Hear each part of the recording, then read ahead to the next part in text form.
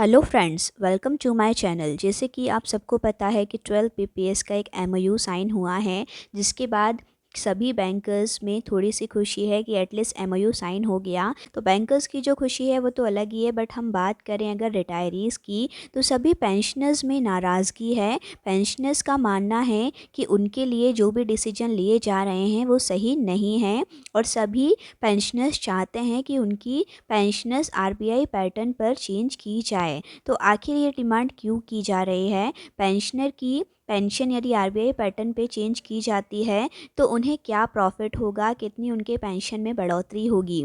तो ये आज हम आपके लिए कैलकुलेशन लेकर आए हैं। ये आपको एंड तक ज़रूर देखना है ताकि आपको क्लियर हो जाएगा कि किस ईयर में आप रिटायर हुए हैं, उसके हिसाब से यदि आरबीआई पैटर्न पर आपकी पेंशन लागू होती है तो आपको इसमें कितना फ़ायदा या कितना नुकसान होगा। ये जस्ट आपके इन्फॉर्मेशन के लिए है, लेकिन आपको पता होना चाहिए कि यदि ये चीज़ लागू होती है तो आपको इसमें कितना फ़ायदा रहेगा। तो चलिए आपको सारी कैलकुलेशन हम बताते हैं कि यदि आरबीआई पैटर्न पर पेंशन कैलकुलेट होती है तो फिर पेंशनर्स के लिए कितनी पेंशन बढ़ेगी, क्योंकि पेंशन अपडेशन में भी जीए का रोल रहेगा। और जैसे कि आप सबको पता है कि डीए मर्जर जो हो रहा है वो 8088 पॉइंट्स का मर्जर हो रहा है, तो यही पेंशन अपडेशन पर भी लागू होगा। तो सबसे पहले हमें फैक्टर निकालना होगा, क्योंकि फैक्टर के बेस पर ही पेंशन की कैलकुलेशन होती है। तो अगर हम देखें कि जो डीए मर्ज किया जा रहा है 8088 पॉइंट्स का डीए है, जिसमें से 6352 पहले ही मर्ज किए जा चुके हैं, तो 1736 का जो डीए बचेगा, इसे अगर हम स्लेब में चेंज करें तो हमें डिवाइड करना होता है 4 से। यदि आप इसे 4 से डिवाइड करेंगे तो आपको जो स्लैब्स मिलेंगे वो मिलेंगे 434। इसे यदि 0.07 से आप इंटू करेंगे तो परसेंटेज में कैलकुलेशन होगी डीए की 30.38%। ये इसका बाय डिफ़ॉल्ट अभी कैलकुलेशन है, और ये जो यहाँ पर हम कैलकुलेट कर रहे हैं 0.07 से, ये ज़रूर हम पुराने के हिसाब से ही अभी कैलकुलेट कर रहे हैं। इसमें भी अभी चेंज होने की संभावना रहेगी, अंतर आएगा, थोड़ा बहुत माइनर सा अंतर आ सकता है, लेकिन लास्ट अभी 0.07 ही चल रहा है, इसलिए हम उसके अकॉर्डिंग ही सारे कैलकुलेशन देखेंगे। अब यदि डीए परसेंटेज को बेसिक में कन्वर्ट किया जाए तो परसेंटेज को बेसिक में कन्वर्ट करने पर जो बेसिक बनता है वो बनेगा 0.303। तो यदि अब बेसिक आप आफ्टर मर्जर देखें, हम मानते हैं यहाँ पर अगर बेसिक 1 है तो यहाँ पर नया बेसिक जो निकाला जाएगा वो निकलेगा 1.303। इसमें हमें नोशनल ऐड करना है 10% का। तो यदि आप इसमें 10% ऐड करेंगे तो यहाँ पर 1.303 का जो 10% होता है वो होता है 0.130। तो रिवाइज्ड बेसिक पेंशन निकालने के लिए आपको 1.303 में ऐड कर देना है 0.130। तो यहाँ पर जो फैक्टर निकल कर आएगा वो आएगा 1.430, यानी कि जो रिवाइज्ड बेसिक पेंशन का फैक्टर माना जाएगा वो माना जाएगा करंट का 1.43। अब ये फैक्टर लेकर ही पेंशन की कैलकुलेशन की जाएगी। अब क्योंकि सेटलमेंट में अनाउंस हुआ है कि रिटायरीज़ आफ्टर 1986 यहाँ पर है, तो यहाँ पर हम स्टार्टिंग करते हैं कि 1987 के जो बैच है यहाँ से हम स्टार्ट करते हैं कि जो 5th बीपीएस के बीच के ड्यूरेशन में जो भी रिटायरीज़ रिटायर हुए थे तो उनका फैक्टर नया निकालने के लिए जो पुराना फैक्टर था वो था 19.76, जिसे आप मल्टीप्लाई करेंगे 1.43 से, तो जो नया मल्टीप्लिकेशन फैक्टर निकलेगा वो निकलेगा 28.25। इसी तरीके से जो 6th बीपीएस के समय के रिटायरीज़ हैं उनको 9.36 का मल्टीप्लाई हम करेंगे 1.43, जो कि नया स्लैब है, तो उनका नया यहाँ पर फैक्टर आएगा 13.38। इसी तरीके से 7 बीपीएस के बीच के जो रिटायरीज़ हैं उनका 5.82 था, जिसको मल्टीप्लाई करने पर नया मल्टीप्लिकेशन फैक्टर आएगा 8.32। इसी तरीके से 8th बीपीएस के बीच के जो रिटायरीज़ हैं उनका 4.39 था, जिसको मल्टीप्लाई अगर किया जाएगा 1.43 से तो इनका मल्टीप्लिकेशन फैक्टर आएगा 6.27। 9th बीपीएस के जो मल्टीप्लिकेशन फैक्टर आएगा वो आएगा 4.07, और 12th और 10 बीपीएस का जो आएगा 1.62, जैसे कि लास्ट रहा था, इसे करेंगे 1.43 से, तो इनका मल्टीप्लिकेशन फैक्टर आएगा 2.31। और यदि बात की जाए 11 बीपीएस के लिए, तो 11 बीपीएस तक यहाँ पर जो मल्टीप्लिकेशन फैक्टर रहेगा वो लास्ट ही रहेगा 1.43। अब हम देखेंगे कि इसके अकॉर्डिंग पेंशन आप अपनी कैसे कैलकुलेट कर सकते हैं। इसके लिए सबसे पहले हमें नया डीए अब जो बचा हुआ है उसकी भी कैलकुलेशन करनी पड़ेगी। उसकी कैलकुलेशन यदि आप देखेंगे तो जो 8881 पॉइंट अभी रह गए हैं उनमें से जो डीए मर्ज हो रहा है 8088, उन्हें यहाँ पर घटाने के बाद बचेगा 793। तो इस 793 को यहाँ पर 4 से डिवाइड करना होता है। ये करने के बाद जो स्लैब्स बचेंगे वो बचेंगे 198 स्लैब्स।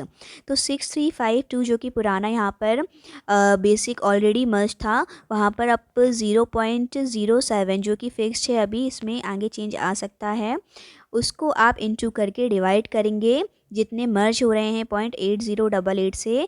तो जो एक्चुअली यहाँ पर पॉइंट्स निकल कर आएंगे वो आएंगे 0.055। अब पर स्लैब यदि आप निकालना चाहेंगे तो टोटल जो स्लैब निकल कर आए हैं वो है 198, और पर स्लैब की जो वैल्यू निकाली जा रही है वो है 0.55। तो इसको आप परसेंटेज में यदि कन्वर्ट करेंगे तो परसेंटेज निकल कर आ रहा है 10.89%। तो जो नया डीए का रेट लागू होगा वो होगा 10.89%। ठीक है, तो अब यहाँ पर कैलकुलेशन पेंशन की, तो अब हम देखेंगे कि नया डीए की रेट और जो बेसिक है उसके अकॉर्डिंग नई पेंशन क्या बनेगी। तो हम देखेंगे स्टार्टिंग से जो 1986 से 1992 के बैच के रिटायरीज यहाँ पर हैं। अगर मान लीजिए इनकी पेंशन है 100, तो जो नया मल्टीप्लिकेशन फैक्टर निकाला था 28.25, आपको इससे मल्टीप्लाई करना होगा, तो आपका आएगा 2825 बेसिक पेंशन। इसमें क्योंकि नया जो डीए का रेट है उसे भी जोड़ा जाएगा, नए डीए की रेट यहाँ पर 10.89, जैसे ही आप उसे ऐड करेंगे तो 10% इसका आता है 307, जैसे ही आप उसे ऐड करेंगे यहाँ पर बनता है 3132। यानी कि इसके अकॉर्डिंग जिनकी पेंशन अगर मान लीजिए 100 है तो उनका हो जाएगा 3132। तो आप अपनी पेंशन के अकॉर्डिंग यही कैलकुलेशन लगाकर अपनी पेंशन निकाल सकते हैं। ऐसे ही हम देखेंगे 1992 से जो 1998 के बीच में थे, अगर उनके पेंशन 100 है तो उनका नया मल्टीप्लिकेशन फैक्टर 13.38 है, जिससे हो जाता है 1338, जिसमें आप 10% का डीए ऐड करेंगे 10.89 का, तो निकल कर आता है 145। इसे इसमें ऐड करने के बाद जो नई पेंशन लागू होगी वो होगी 1483, यदि आप 100 से लेकर कैलकुलेट करते हैं। सपोज़ अगर उनकी 10,000 है तो यहाँ पर 100 की जगह आप 10,000 को रख के कैलकुलेट करेंगे। अब हम बात करते हैं जो 1998 से 2002 के बैच के बीच में रिटायर्ड है, अगर उनके पेंशन 100 है तो नया मल्टीप्लिकेशन फैक्टर है 8.32। इसको देखेंगे तो 832 आएगा, जिसमें 10.89% का डीए अगर निकालते हैं तो 90 आएगा। उसे यदि आप इसमें ऐड कर देंगे तो आपका नया पेंशन यहाँ पर होगा 922। तो 100 के बेसिक पे ये 922 होता है, यानी कि जो भी आपका बेसिक है उसे रख के आपको यहाँ पर अपना कैलकुलेट करना है। इसी तरीके से जो 2002 से 2007 के बीच के रिटायरीज़ हैं, उनकी अगर 100 पेंशन है तो उनका मल्टीप्लिकेशन फैक्टर आता है 6.27। उसको मल्टीप्लाई करने पर आएगा 627। 627 में आप डीए की रेट लगाएंगे 10.89%, तो आएगा 68। 68 को यदि आप इसमें ऐड कर देंगे तो आपकी नई पेंशन यहाँ बनती है 695। अब यहाँ पर आपको अपनी एग्जैक्ट पेंशन रखकर यही कैलकुलेशन करनी है, जिससे आपको अपनी नई पेंशन समझ आ जाएगी। अब हम बात करते हैं 2007 से 2012 के बीच के जो रिटायरीज़ हैं, अगर इनके पेंशन है 100 तो इनका मल्टीप्लिकेशन फैक्टर आता है 4.07। तो इसे मल्टीप्लाई करने पर आएगा 407। 407 में डीए की जो रेट है 10.89%, इससे आता है 44।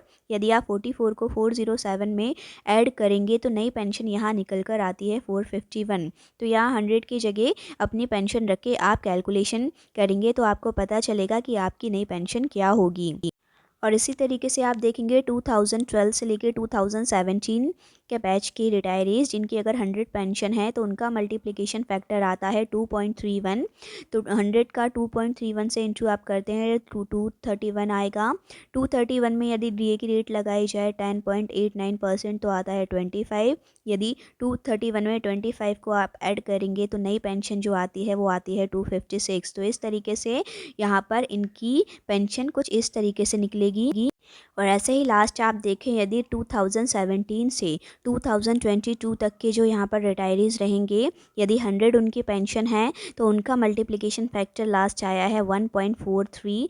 1.43 आने के बाद इसमें डीए की रेट लगेगी 10.89%। तो इससे आता है 15 को यदि आप 143 में ऐड करेंगे तो इनकी पेंशन हो जाएगी 158। यानी कि जो भी अभी बेसिक पेंशन है आपको वो यहाँ पर रख के 100 की जगह फिर अपनी कैलकुलेशन करनी है।